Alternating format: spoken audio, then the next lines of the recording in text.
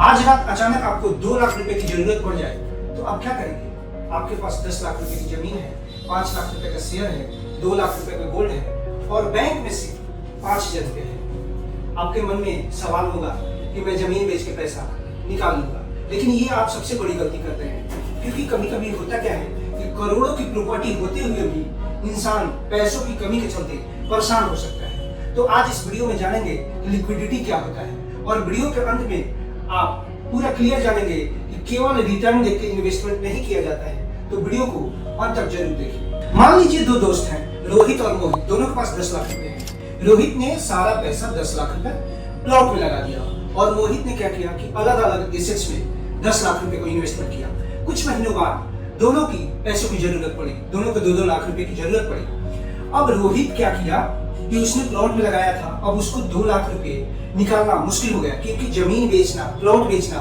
इतना आसान नहीं होता है। क्योंकि मोहित का अलग अलग जगह इन्वेस्टमेंट था, तो उसने कुछ इन्वेस्टमेंट को बेच के कुछ ही दिन में पैसों का इंतजाम कर लिया।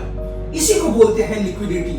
आपके पास एसेट्स है, लेकिन आप कितनी जल्दी उसको बेच के कैश में कन्वर्ट कर लेते हैं। लिक्विडिटी सिर्फ प्रॉपर्टी में नहीं, शेयर मार्केट में भी होता है। लिक्विडिटी का मतलब आप कोई भी एसेट्स को कितनी जल्दी कैश में कन्वर्ट कर पाते हैं, वो भी बिना नुकसान के। आपको 2 बातें ध्यान रखना है, पहली कितनी जल्दी और दूसरी बिना नुकसान के।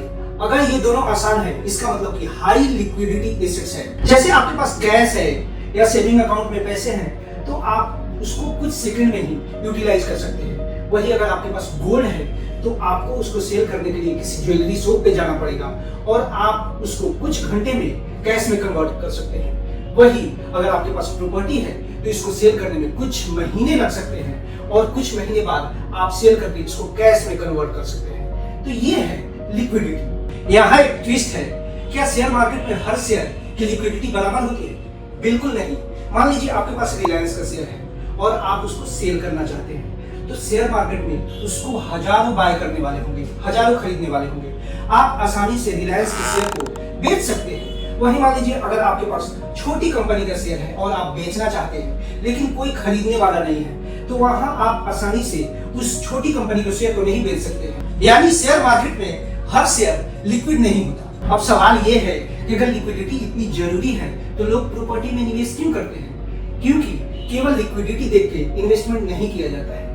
कुछ एसेट्स ग्रोथ देते हैं, कुछ स्टेबिलिटी और कुछ इमरजेंसी में काम करते हैं, और एक अच्छे इन्वेस्टर इन तीनों का बैलेंस बनाकर चलता है। जब भी कोई इन्वेस्टमेंट देखिए, तो केवल रिटर्न मत पूछिए, 3 सवाल करिए। उसमें रिटर्न कितना मिलेगा, रिस्क कितना है और लिक्विडिटी कितनी है। यानी अगर आपको जरूरत पड़े तो आपको पैसे कितने जल्दी मिलेंगे, और लिक्विडिटी का ही कंसेप्ट आपको गलत डिसीजन लेने से बचा सकता है। अगर आज पहली बार आपने लिक्विडिटी को इतनी आसान भाषा में समझा है, तो वीडियो को लाइक जरूर करें और कमेंट करके बताइए कि आपके हिसाब से सबसे ज्यादा लिक्विड एसेट्स कौन है।